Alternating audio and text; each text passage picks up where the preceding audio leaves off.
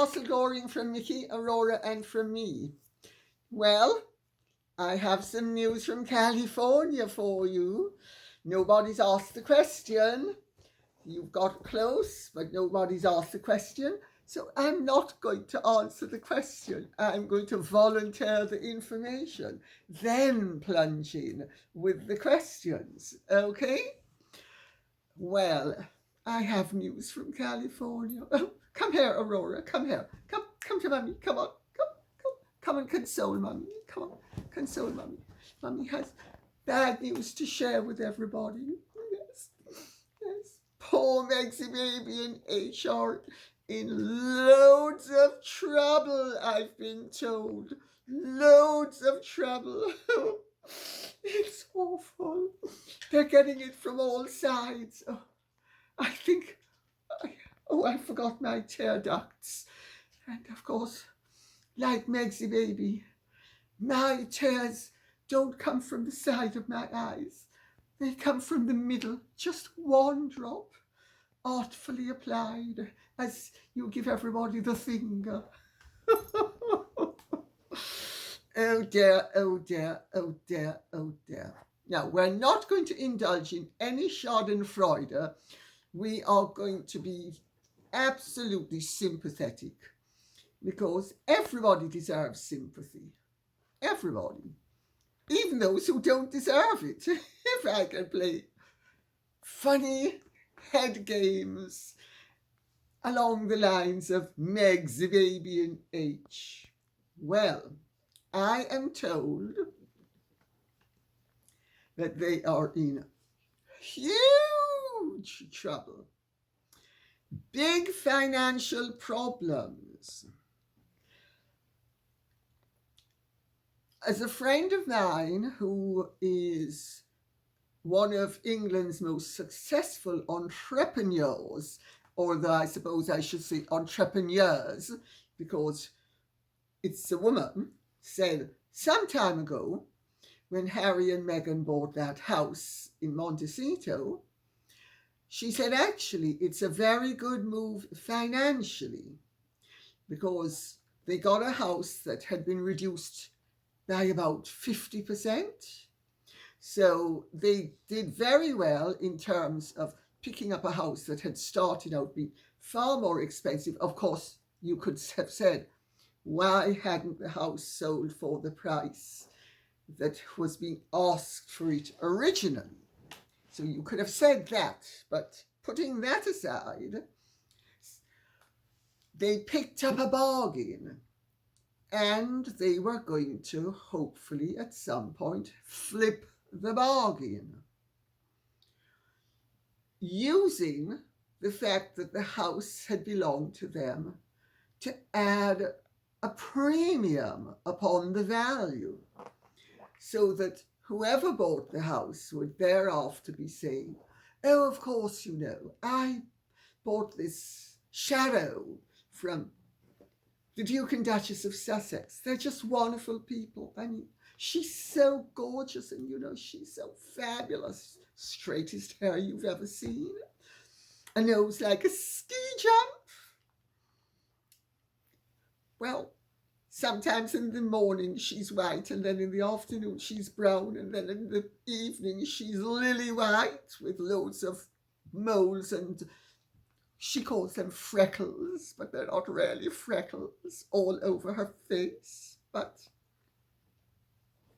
putting that aside, they're just wonderful. Well, that's what was supposed to be said, but of course things have developed differently. And evidently the goings on have been heading for a crescendo, which in part has arrived. So, having laid the ground, I will ask the questions that have been asked of me and try to answer them. And if I've missed anything, you can ask me to develop the themes further. How is that? Penny Ruesh says, Lady C, Did you see the article in the Santa Barbara News stating H&M were dumped by Sunshine Sachs because the Harkles owed them approximately $2 million? Oh, poor H&M. Can you imagine? Those mean and nasty Sunshine Sachs people didn't want to do it for nothing. It wasn't an honor. Didn't they realize that it was an honor? Clearly not. Oh, Sunshine Sachs is racist. Yes, they are. Everybody's racist. Well, yes, I did see the article. It's written by somebody with a nom de plume of Momus. Momus was the Greek god of satire and mythology. He was the archetype of critical exactitude to such an extent that there is a poem in the Greek anthology about statues by Praxiteles, and it says, Momus himself will cry out, Father Zeus, this was perfect skill. That relates to the Zeus stroke Poseidon by Praxiteles, who is regarded as one of the finest sculptors who ever lived. He also did the Discabolus, fabulous sculptures. Well, Momus, latter-day Momus, not the Greek god, just the archetype of exactitude, if I may be so bold as to steal that word that Meghan owns. Oh, Megxie baby, please don't sue me. I've used archetype. Please don't sue me. I know that it's yours. But please, I beg of you, don't sue me. Anyway, Momus states at the end of the article, on another front, internet chatter suggests that the Sussex's PR company Sunshine Sachs dumped the couple after accumulating unpaid bills of up to $2 million, which, after a tussle, finally got paid. Well, I understand the scenes were fabulous. I'm Rachel Zane. Gonna slap him once, slap him twice, slap him again. How dare Aurora, can you believe it?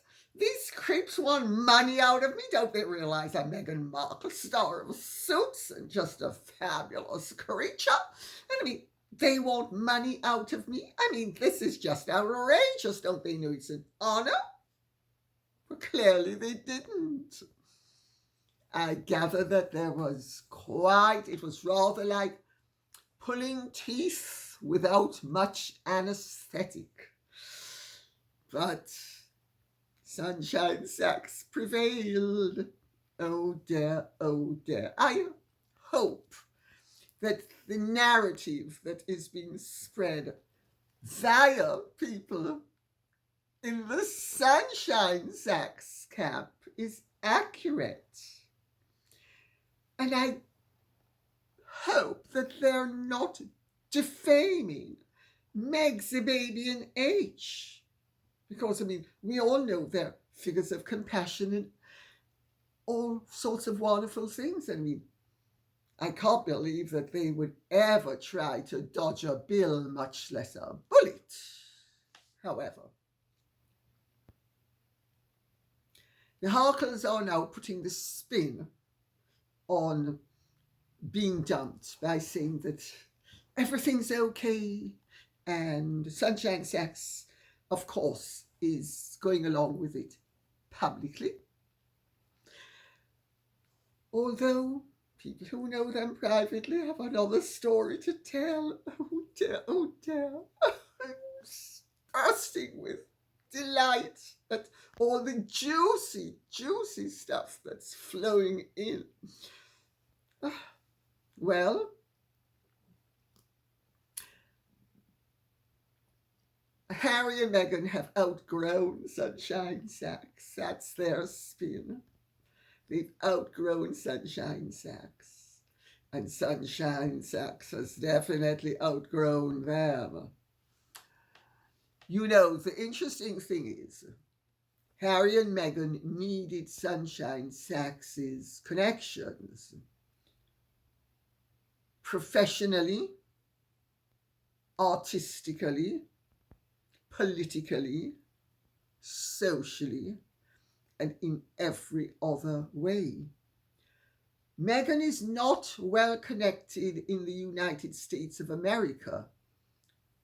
She was a small-time hustler who tried to present herself as a big-time deal.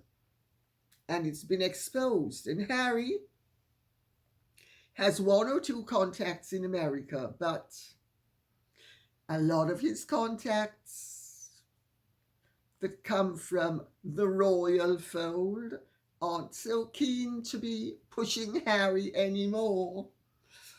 So, do we begin to see why there's a crisis building on several fronts? Poor Megsy baby and age, it's just so terrible. And what's their narrative going to be, especially now that they can't call upon all the Sunshine Sachs clients who will be obliged to scratch their back while they're scratching the other clients' backs? What's going to happen? Are we going to have more of their obvious narrative that they're victims, life is tough? Because my understanding is that they have been absolutely shaken to their core by the reality of their situation and the reality of what they experienced while they were in Britain, and the reality of the love and the regard that people all over the world, not only in Britain, have for the monarchy, had for the Queen, but have for his father, King Charles III, and his brother, the present Prince of Wales, and his sister-in-law, the Princess of Wales. They realize they've played a really rotten hand. It was rotten. They simply thought they could turn the rot into something golden. And they discovered it's not quite so easy. Well, more of the article. Let's get on to the rest of the article, because the rest of the article concerns the fact that Harry and Meghan want to move out of Montecito and want to move to Hope Ranch. Now, coincidentally, Wendy McCall, who is a Santa Barbara Hope Ranch resident, billionairess, owns that paper. She lives there along with people like Snoop Dogg and Dr. Laura Schlesinger. Hope Ranch is a very upmarket equestrian area. Equestrian. So maybe Harry's getting some of his polo sponsors to kick in, because I understand they're having huge financial problems.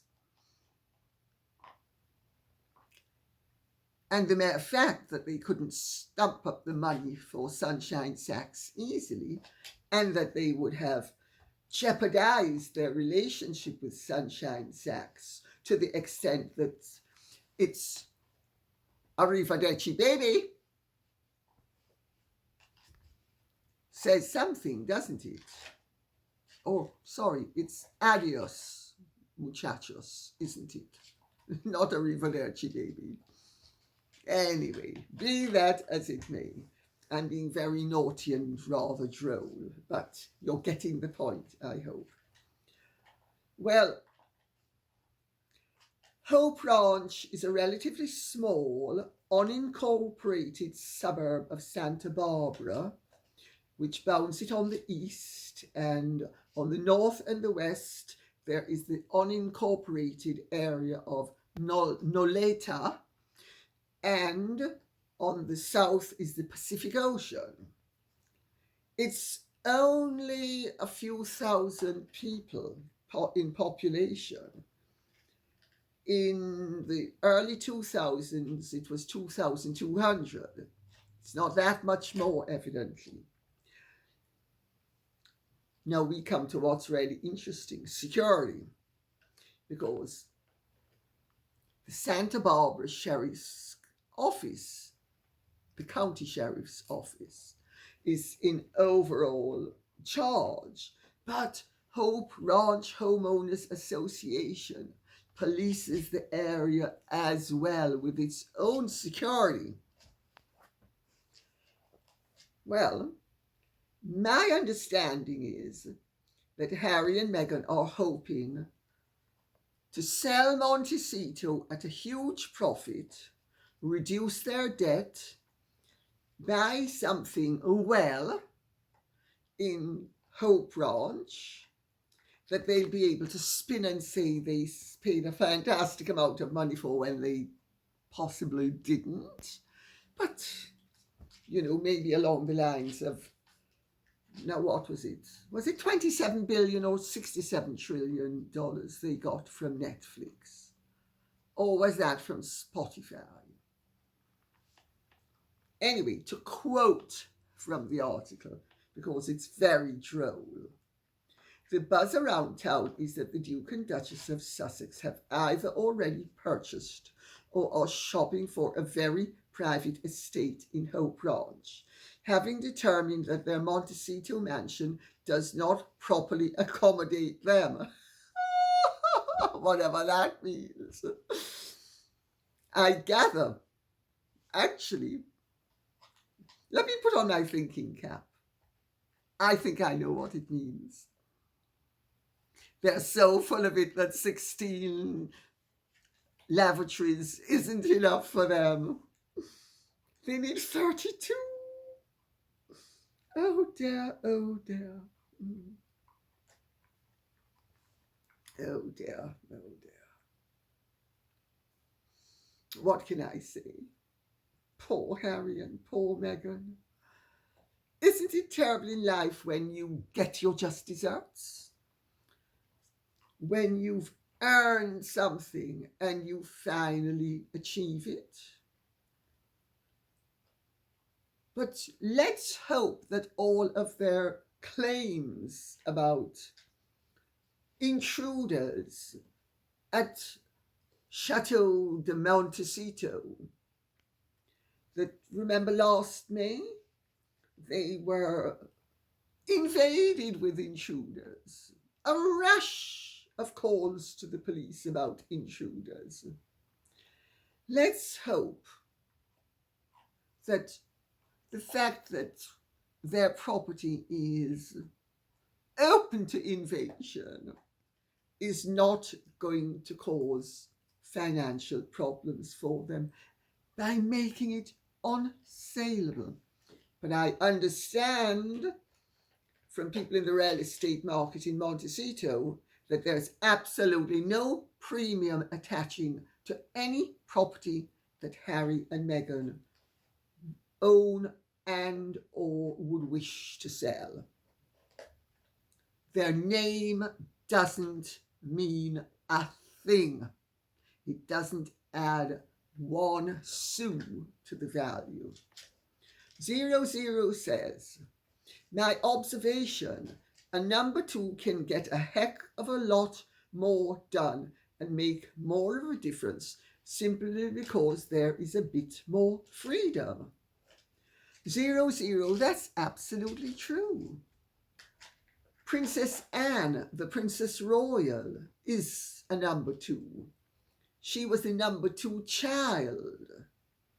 Had Prince Andrew not come along, she was going to be the spare. Look at the exemplary job she has done over the decades. She hasn't said, now let me see how I can milk this royal situation and make myself a shed load of money. And let me see how I can get more attention for myself at the expense of everybody else. No, she put her head down, she went to work, and she has done sterling work. Prince Andrew, to give him his due, has a more unfortunate personality, but even Prince Andrew put his head down and did quite a bit of work. Unfortunately, he played too much golf and he antagonized the media with his rather brusque personality, which attracted bad publicity for him. But in terms of work, he actually did an awful lot of good work. When he was the business ambassador for the country, I know from people who were there on the spot. I also know from members of royal families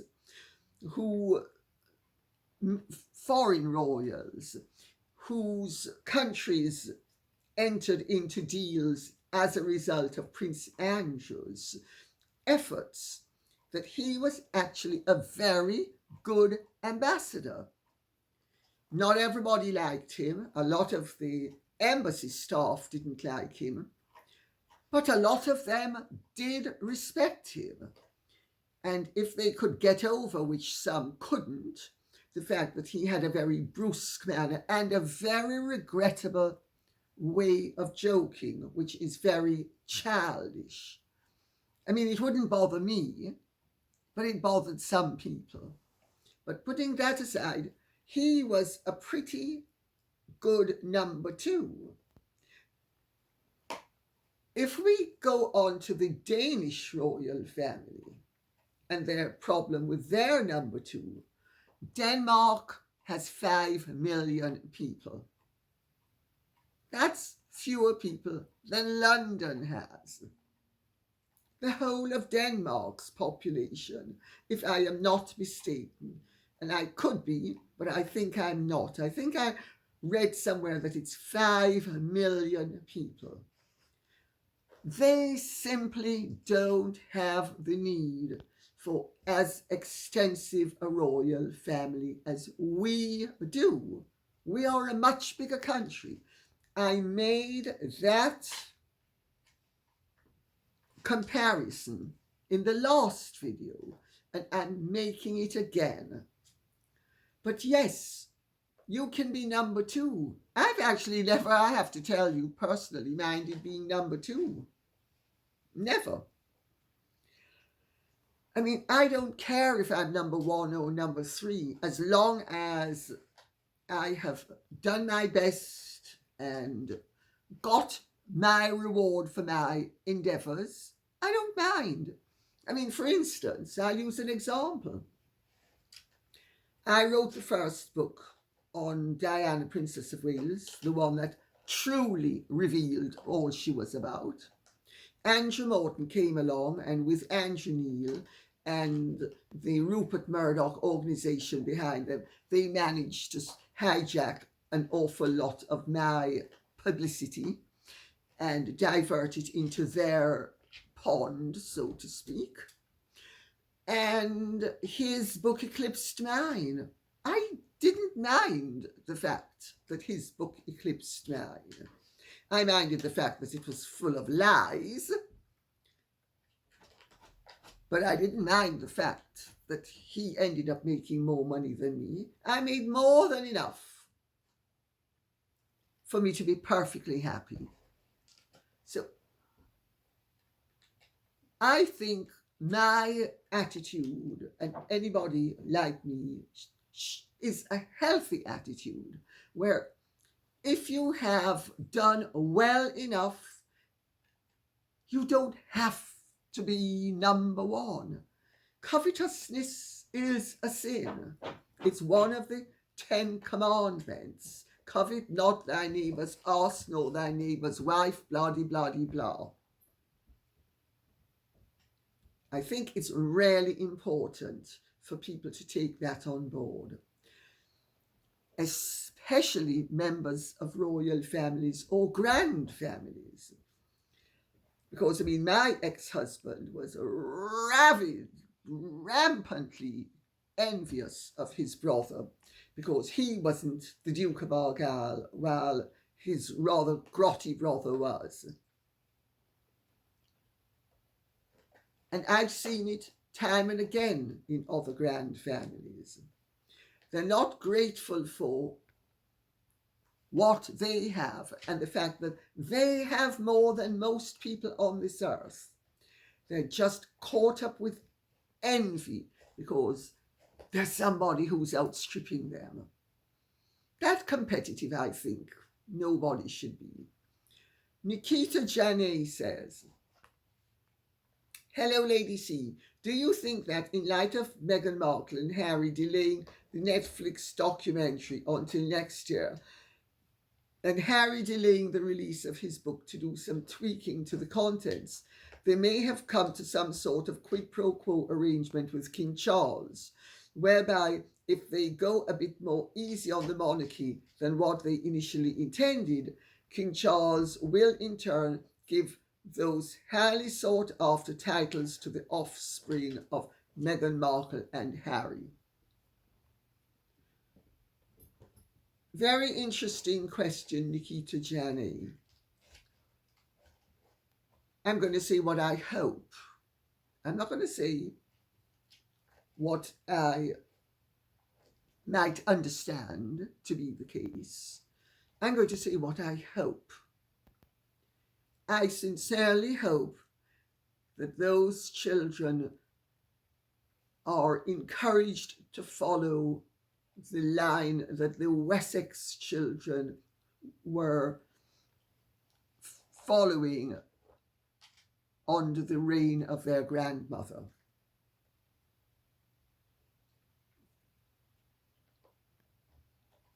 No, yeah, I think, yeah.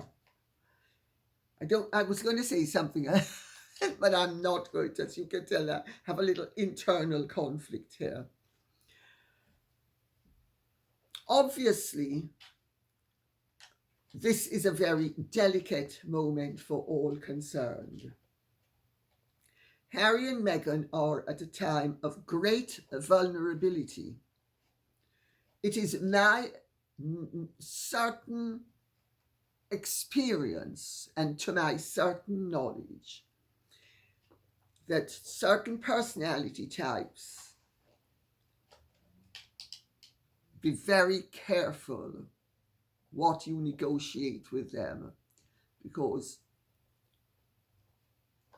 they don't keep to any agreement if it suits them to breach it. I don't think I want to say more than that. And with one little proviso. Only a fool trusts someone who has betrayed him not only once or twice, but betrayed everyone around him on many an occasion. Remember, Harry and Meghan knew that the Queen was going to die sooner rather than later. They were here and they couldn't get their frowsy backsides into high gear enough to go and visit her on the day that they were doing nothing. I think that gets the point across. Gilly Penn says, incredible, isn't it, that Meghan was clearly desperate to visit Her Majesty the Queen on her deathbed, but wouldn't deign to visit her own father in his hospital bed. The woman's hypocrisy stinks to high heaven. It occurred to me that husband was also the last to hear about his grandfather's death because he could not be contacted. I understand because he had changed and withheld his phone number from the royal family, and the LA police had to go to his home to awaken him. All his own doing yet again. Well, Gilly Penn, I'm reading that out because even though it may not be 100% accurate, the picture is clear, and maybe one or two little bits on the edge are out of focus, but the main body of the picture is clear. All his own doing. You can't play incommunicado games and precious games and dodge the bullet games and then say, oh, it's your fault, not mine. It's their fault. Yes, you're right.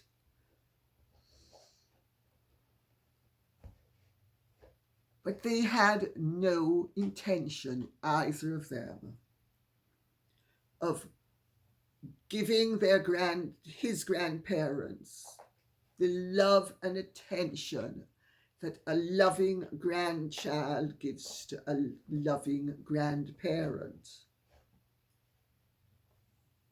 I mean, I adored my grandmother, and I loved going to see her.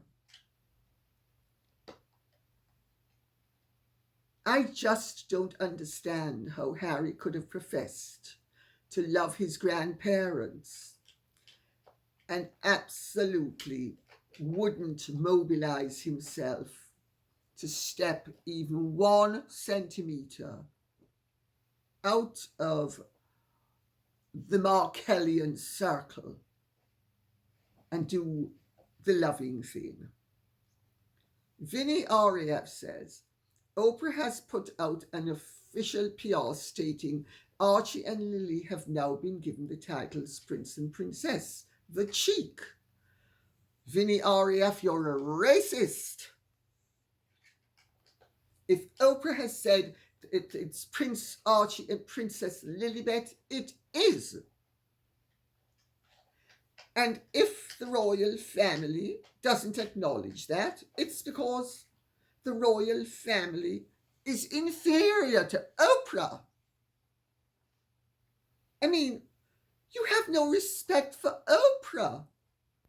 I mean, Oprah has stated it. She's made many another statement as well, hasn't she?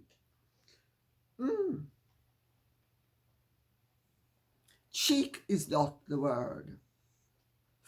Folie de grandeur is the word, or the expression really. Folie de grandeur.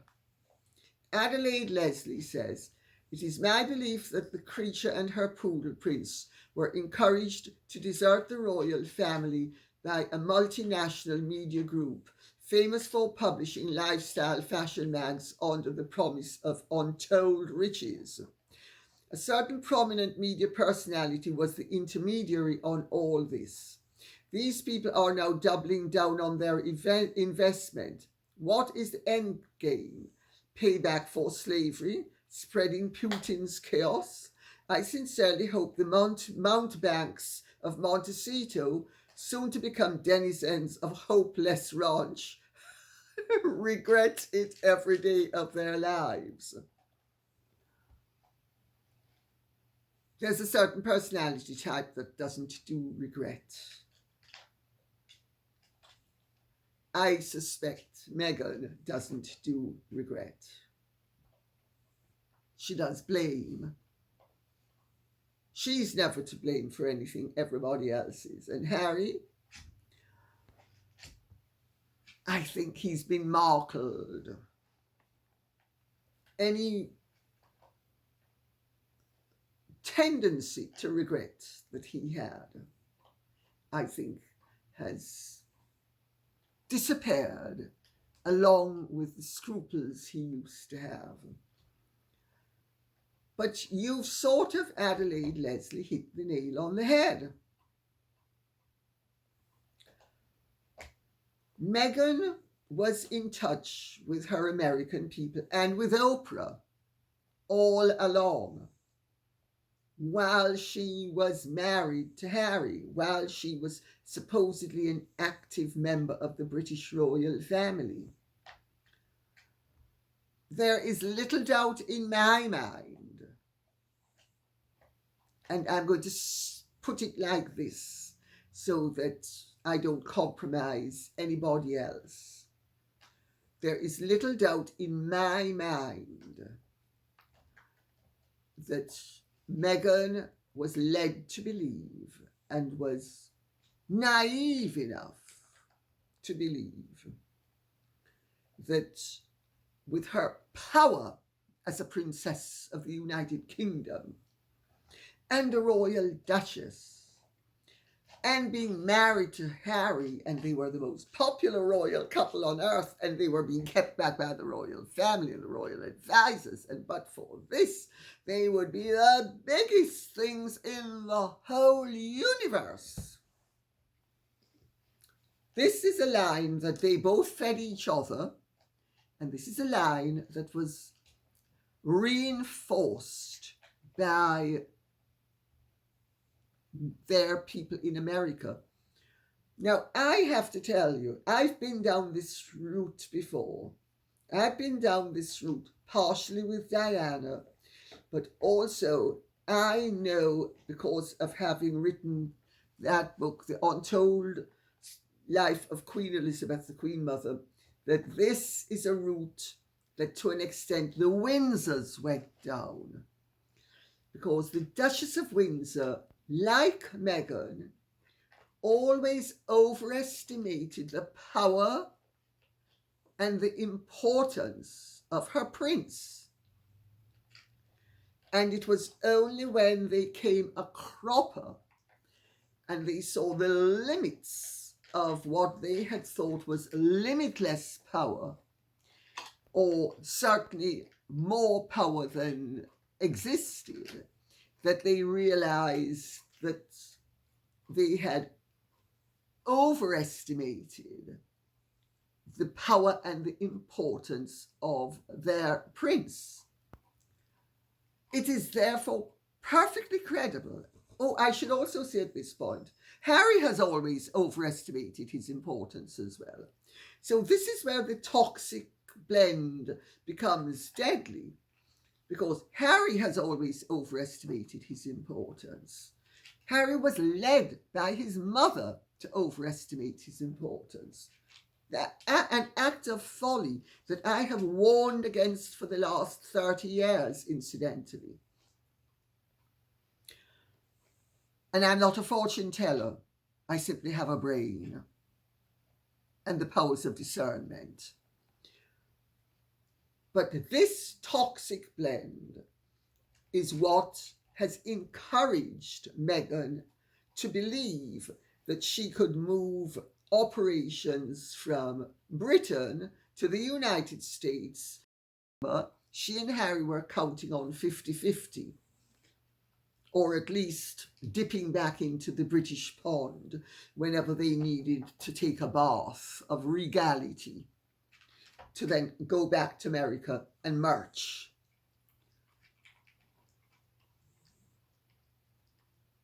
The whole thing has been an act of misguided misjudgment, naivety. I wouldn't say stupidity, but certainly a rank opportunism based upon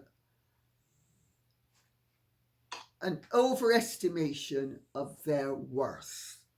And now the chickens are coming home to roost.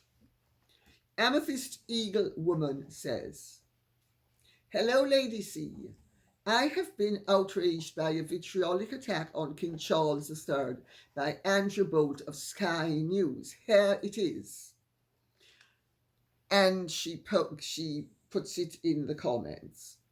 "He outright calls King Charles stupid and threatens the monarchy with a republic. but it is the sheer venom in this broadcast that appalled me. Neil Sean covered the same topic, but as always, benignly.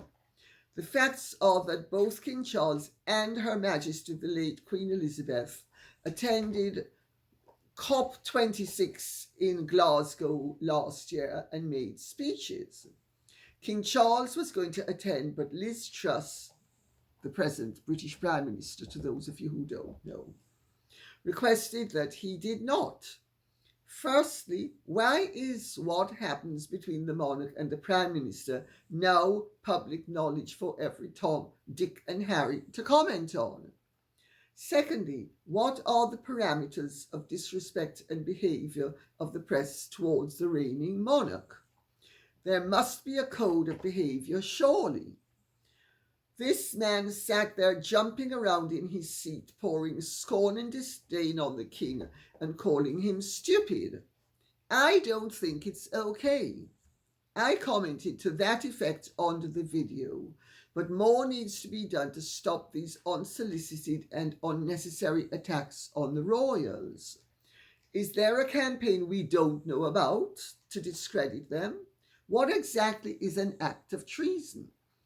Where are the boundaries for the press and wretched social media? Any thoughts from you on these matters would be greatly appreciated if you happen to read this. Thank you for your sane, erudite, informative and entertaining channel. Thank you for that article of faith. Thank you for the comments. Thank you for the whole of this contribution. And you're going to hate what I have to tell you. Sorry.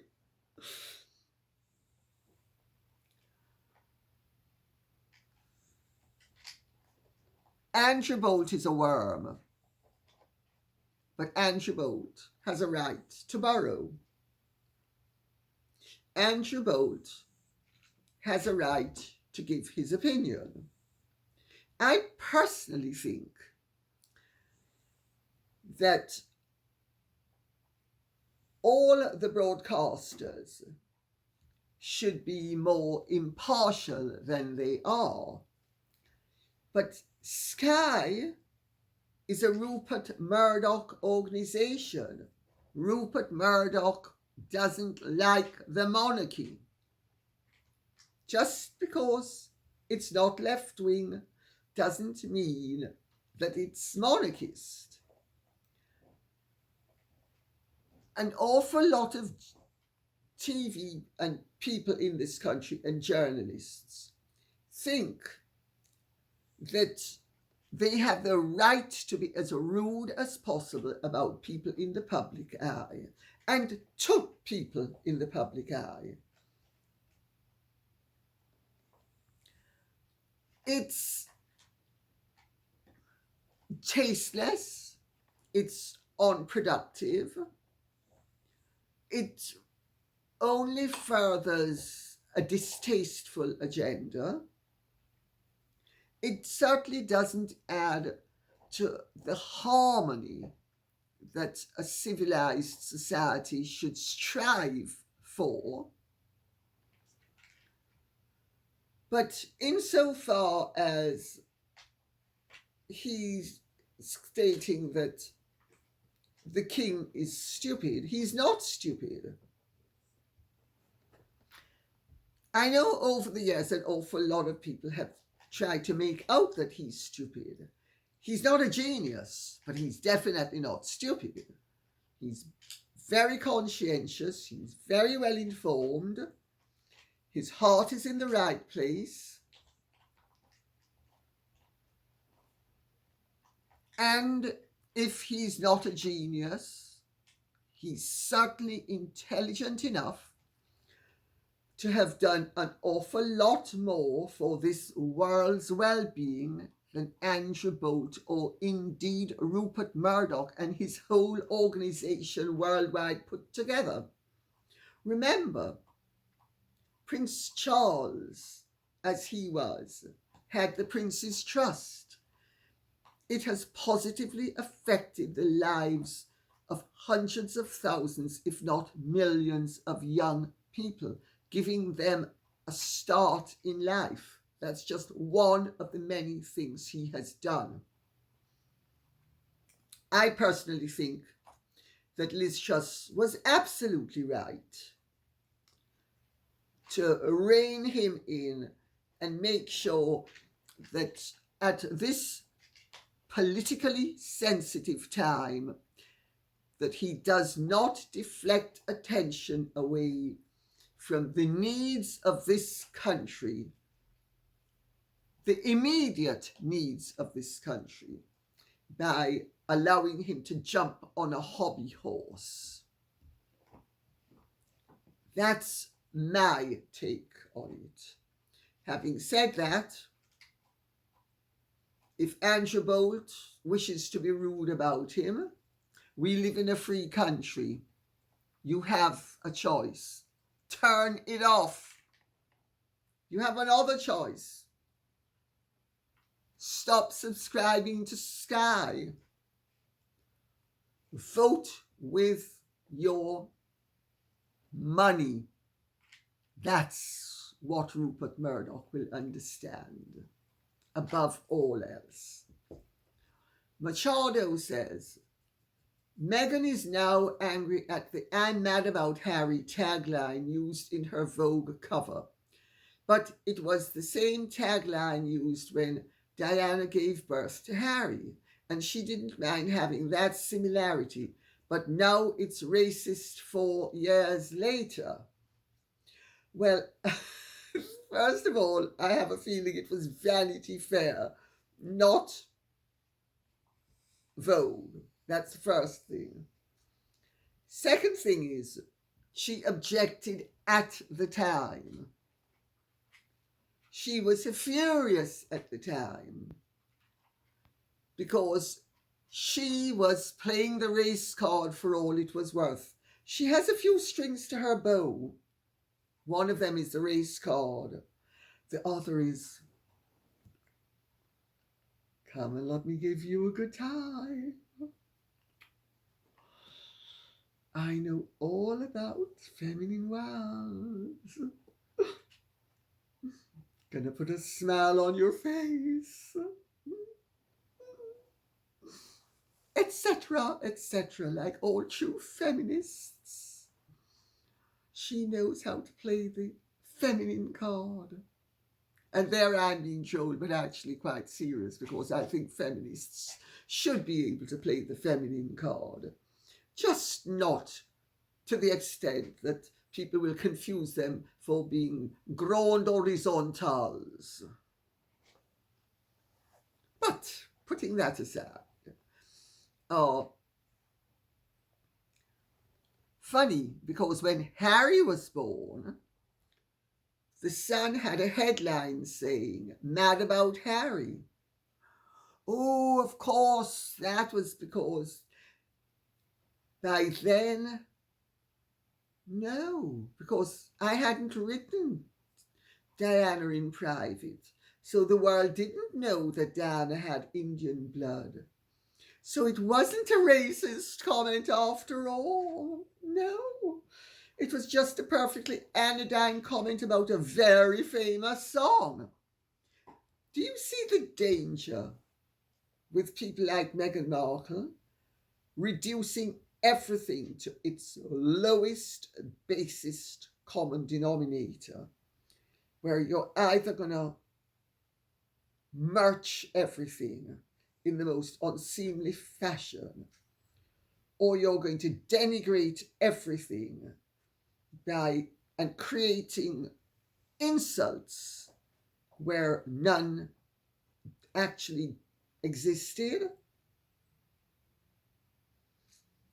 I mean, the woman is sick. It is sick. It is absolutely sick, but it also shows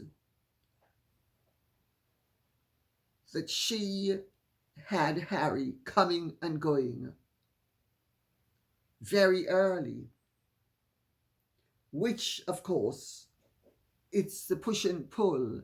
It's the variable reinforcement that people of narcissistic bent are so adept at playing to confuse their food chain into continually supplying them with more supply of food, sustenance, attention, money, whatever.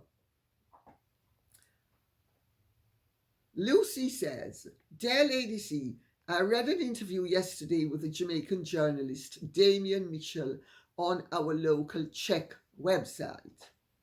The title was, 'Our Hearts Belong to Harry. We weren't mourning the Queen,' which made me upset, and in the article he further explained that the only loved and respected members of the royal family in Jamaica are Harry and Meghan." I watch your channel and enjoy all your interesting views and explanations, and couldn't thank you enough for bringing an interesting information in such a dignified and ladylike way. I would like to know whether you know this journalist, whether there are any bases for this title, and what are your thoughts on that? Thank you, Lucy. Greetings, Lucy, to you in Czechoslovakia. Sorry, the Czech Republic. I'm giving my age away. I don't know him, but I know his type. It's a type of individual who is so racially motivated, whether he's a member of the Ku Klux Klan, that was, or still is, or some white supremacist, or black supremacist, or brown supremacist, or racial apologist,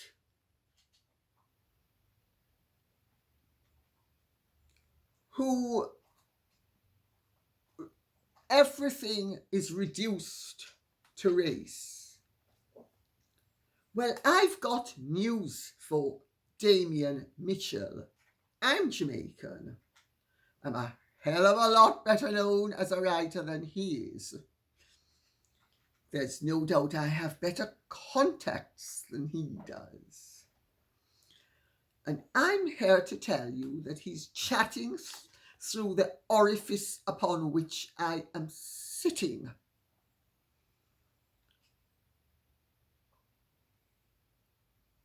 The outpouring of grief for the Queen was universal. Anybody who says that Jamaicans weren't mourning for the Queen and only for Harry and Meghan, if he is a person of colour, which I have no doubt he is, it's because he's pushing a racist agenda that he might believe in. But I don't for a second give it any credence. And I don't think you should either.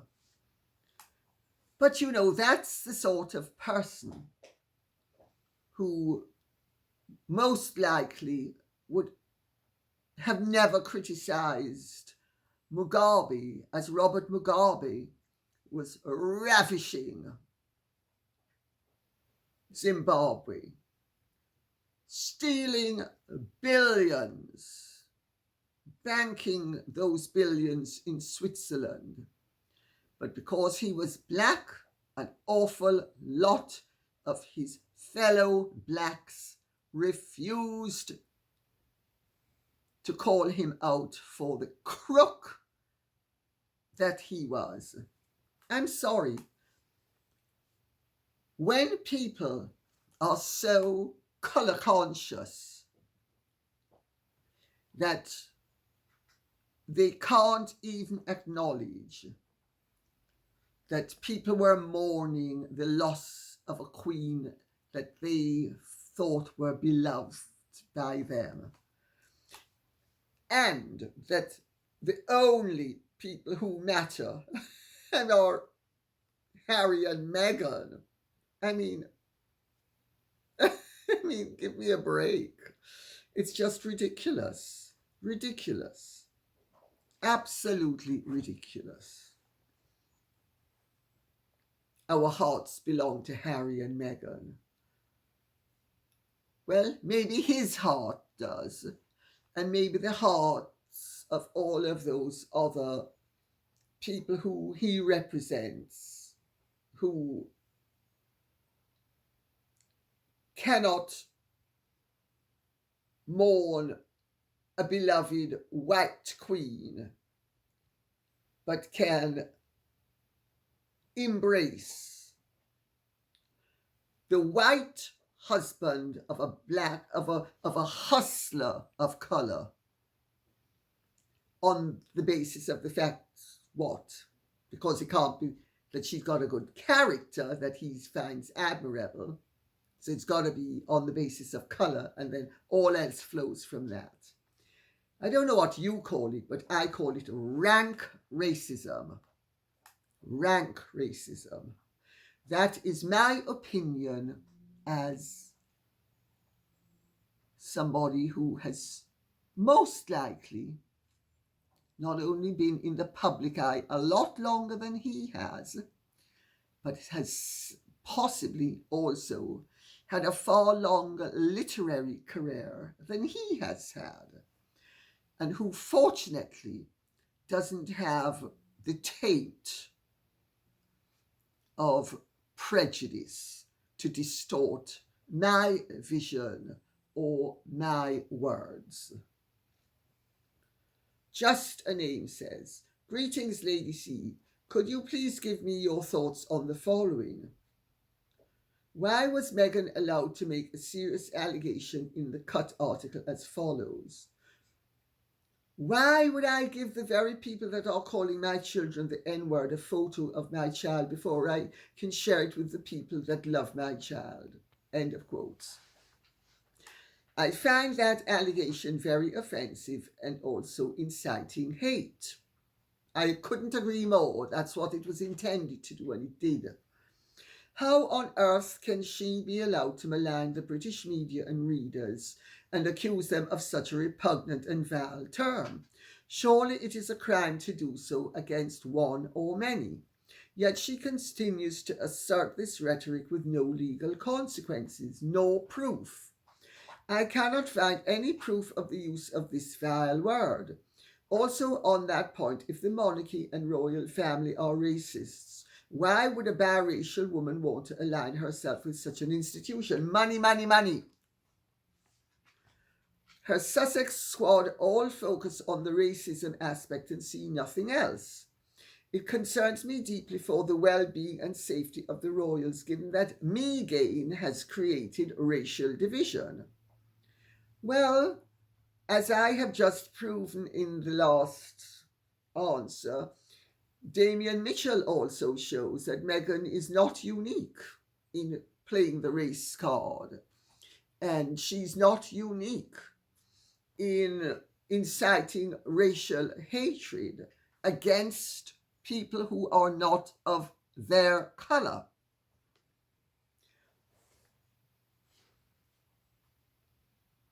The whole thing is deeply regrettable and totally unnecessary.